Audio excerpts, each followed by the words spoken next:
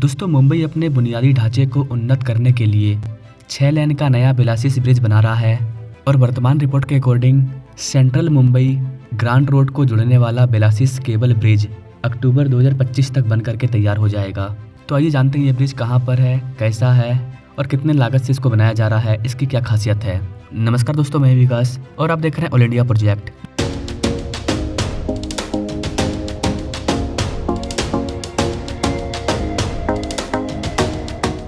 दोस्तों, मुंबई सेंट्रल और grant road के बीजी इलाकों को जोड़ने के लिए बनाए गए नए बेलासिस ब्रिज के निर्माण के साथ मुंबई अपने बुनियादी ढांचे में महत्वपूर्ण सुधार देखने के लिए तैयार है। यह नया केबल ब्रिज, जिसके अक्टूबर 2025 तक चालू होने की उम्मीद है, यह 130 साल पुराने ढांचे की जगह लेगा, जिसे मूल रूप से 1893 में बनाया गया था। इस नए ब्रिज का उद्देश्य पूर्व पश्चिम संपर्क को बढ़ाना है, खासकर नागपाड़ा और ताड़देव के बीच, ताकि बढ़ती यातायात मांगों को पूरा किया जा सके और पुराने बुनियादी ढांचे से संबंधित सुरक्षा चिंताओं को दूर किया जा सके।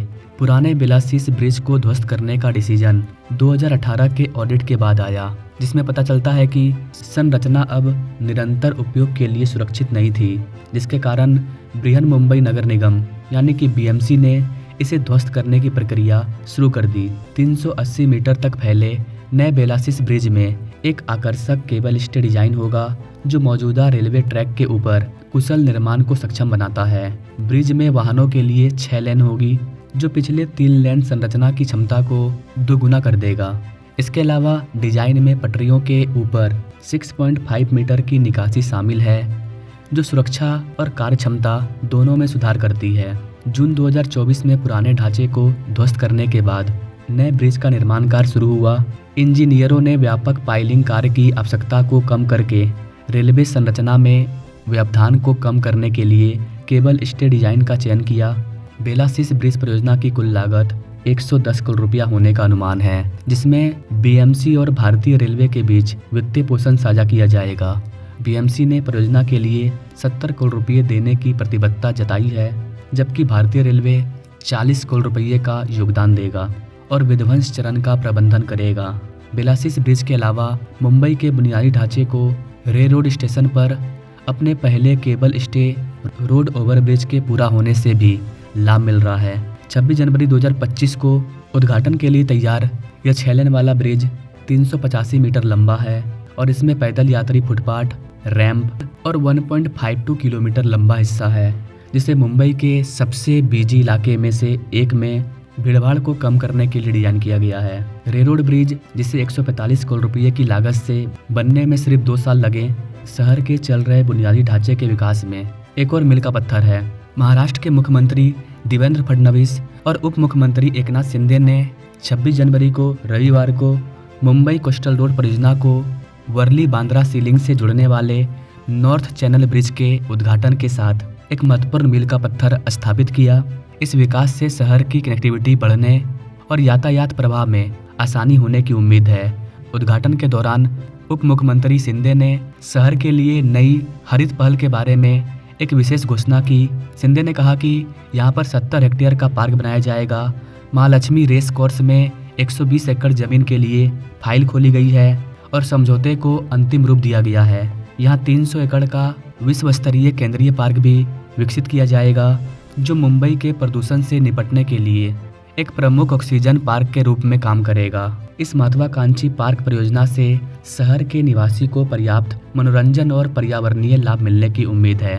उप मुख्यमंत्री ने अपने गणतंत्र दिवस संदेश के दौरान महाराष्ट्र द्वारा की गई प्रगति पर भी प्रकाश डाला। शिंदे ने कहा, जब देश अपना 76वां गणतंत्र दिवस मना रहा है, तब हमारा राज्य और ठाणे जिला तेजी से प्रगति कर रहा है। हमारा जिला कृषि, उद्योग, सेवा और रोजगार जैसे विभिन्न क्षेत्रों में अग्रणी है।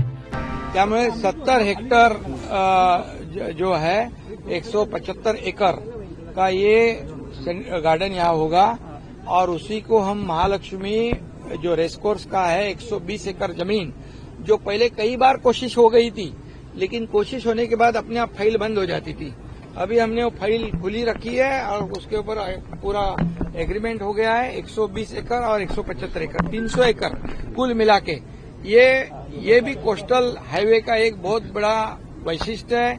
ये विशेष बात है कि मुंबई वासियों को 300 एकड़ का बहुत बड़ा वर्ल्ड क्लास इंटरनेशनल लेवल का एक सेंट्रल पार्क यहाँ बनेगा, एक बड़ा ऑक्सीजन पार्क जिसकी जरूरत है।